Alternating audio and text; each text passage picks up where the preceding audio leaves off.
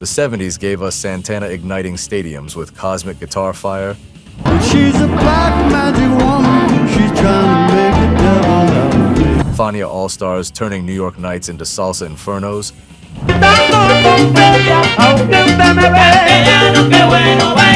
And Los Bukis lighting up radios with heartbreak harmonies. Por eso te quiero, por eso te adoro, But that was only the beginning. From iconic anthems to overlooked gems, these are the 10 underrated 70s Latin bands who deserved way more fame and still deserve your ears today. Number 10, Laredo by Tierra.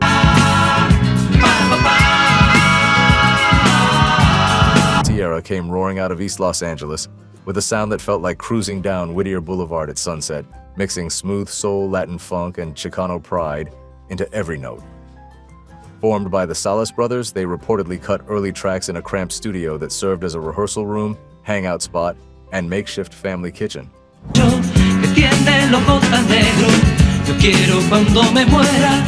That is how grassroots their rise truly was.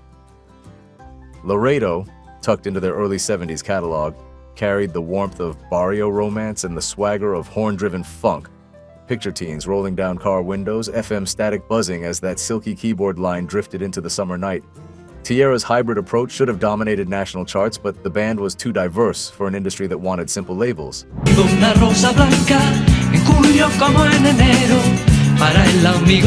No one knew whether to pitch them to R&B stations, rock stations, or pop radio. Today, their influence echoes through every Chicano soul revival act. If that was thunder, the next one is lightning. Number 9, El Mal by Congreso.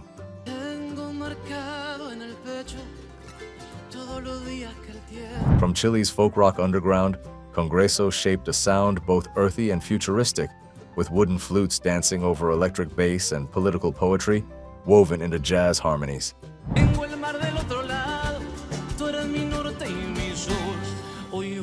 El Mal, recorded amid Chile's shifting 70s landscape, turned regional folklore into something almost cinematic. Legend has it the group spent nights rewriting arrangements until sunrise, debating percussion patterns as the Andes chilled the studio walls. That creative tension can be heard in every rhythmic twist. Congreso never broke big internationally because their sound refused to fit neatly under the Latin rock label.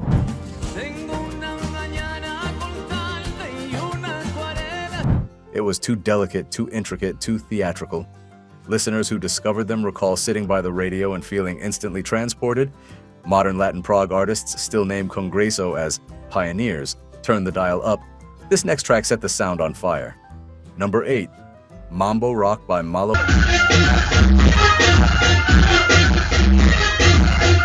Malo had the pedigree. Jorge Santana's blistering guitar, San Francisco swagger, and a horn section powerful enough to shake a building, but they lived in the shadow of a certain older brother band.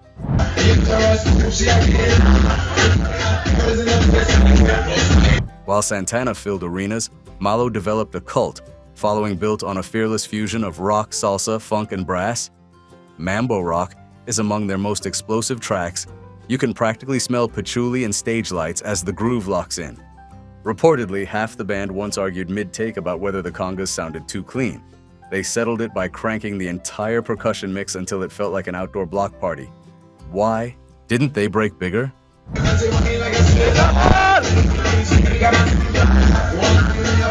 Too many members and constant lineup shifts made them difficult for labels to market.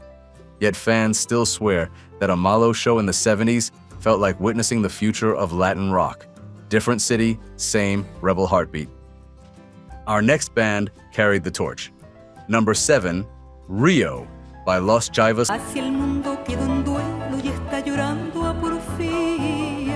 Los Jaivas fused Chilean folk instrumentation with progressive rock ambition, creating psychedelic mountain music unlike anything before it. Rio, from their early catalog, flowed like a spiritual river, with charangos shimmering over long synth passages and percussion echoing like ritual drums. By most accounts, the band lived communally.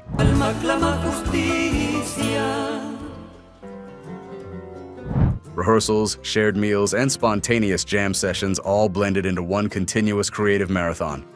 Their challenge was simple. Their art was not made for radio. Tracks ran long, leaned introspective, and refused to conform to commercial expectations. But picture a candlelit living room, a turntable spinning slowly, and listeners closing their eyes as Rio transported them far beyond continents.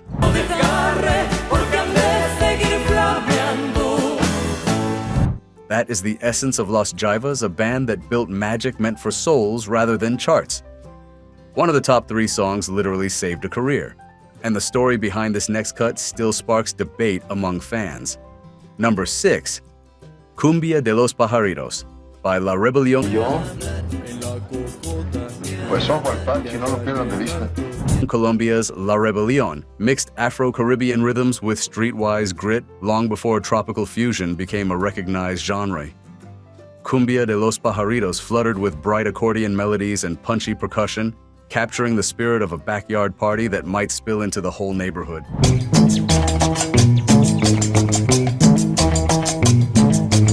Old recordings suggest the band tracked the song in one night, fueled by soda, empanadas, and pure instinct. The conflict came later with internal disagreements over whether to move toward a more commercial sound. Their big moment slipped away just before the cumbia boom went global. Yet the vibe remains timeless.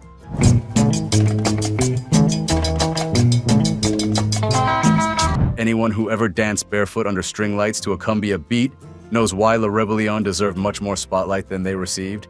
If these classics still give you goosebumps, tap like so more Latin music fans can find this and stick around, because the top tracks are the ones that truly define the decade. Number 5, La Ventana by Los Terrícolas.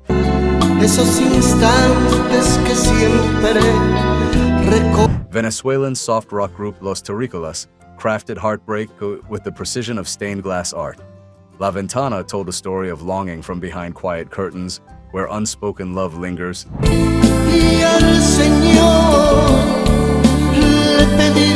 They never relied on flash, no pyrotechnics, no showboating, just tender harmonies wrapped in gentle guitar lines and the sort of emotional weight that made listeners stop and breathe. Their challenge was exposure. They achieved pockets of fame throughout Latin America, but struggled to break internationally due to limited label support and English language market bias.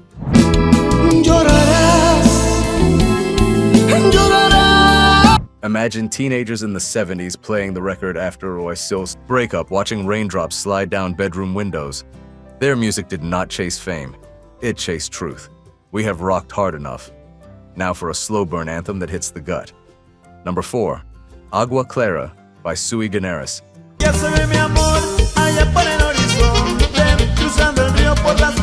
Argentina's Sui Generis defined a generation of dreamers. Yet outside South America, they remain one of the most overlooked bands of the 70s. Led by Charly Garcia and Nito Mestre, their early folk rock shimmered with innocence and vulnerability. Agua Clara stands as one of their softest and most enchanting pieces.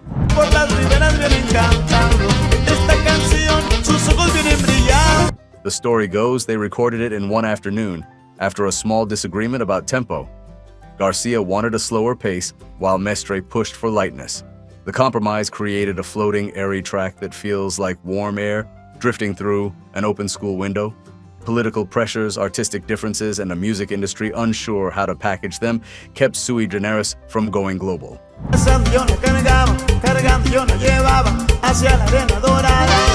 Yet, their songs remain cherished by fans who grew up hearing fragile voices speak louder than any revolution. If that was reflection, the next one is pure ignition. Number 3, Caramello by Los Angeles Negros.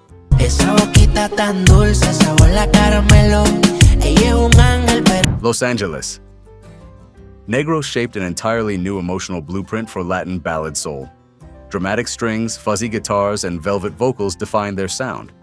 Caramello is one of their sweetest hidden gems, mixing romance with a dreamy psychedelic haze.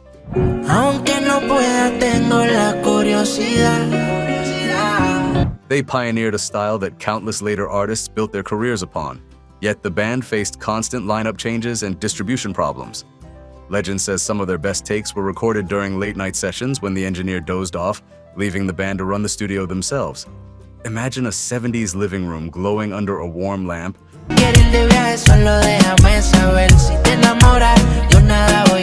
a couple swaying slowly as Caramello turns the moment cinematic.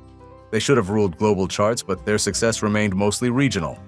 Brilliance does not always equal fame. Turn it up. The next band nearly vanished before a single song saved everything. Number 2, Mexico 70 by Lost Dug Dugs.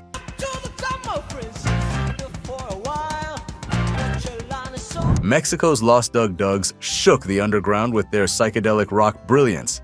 They absorbed British rock influences and fired them back with Latin spirit.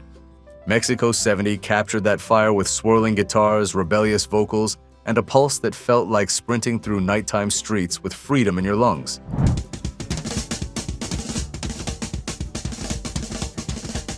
Their struggle came from chaotic lineup changes and label setbacks that kept their international breakthrough just beyond reach. Some say they were too bold for local markets and too Latin for foreign ones, stuck between audiences who did not yet understand them. Still, their live shows left scorch marks. Fans recall sweaty clubs where the walls vibrated and you walked out transformed.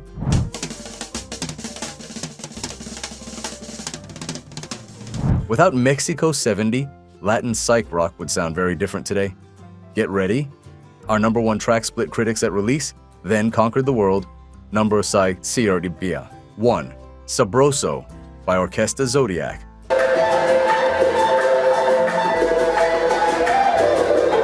Orquesta Zodiac delivered some of the funkiest salsa hybrids of the entire decade, yet they somehow hovered just outside the fame that similar bands rode to the top.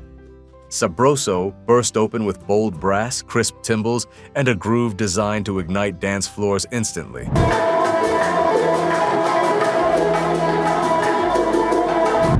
When the track first dropped, critics were polarized. Salsa purists claimed it leaned too funky, while funk fans said it leaned too tropical. Dancers ignored both opinions. Clubs from San Juan to Miami kept the record spinning, and DJs reportedly extended it into 10-minute mixes to keep the energy surging.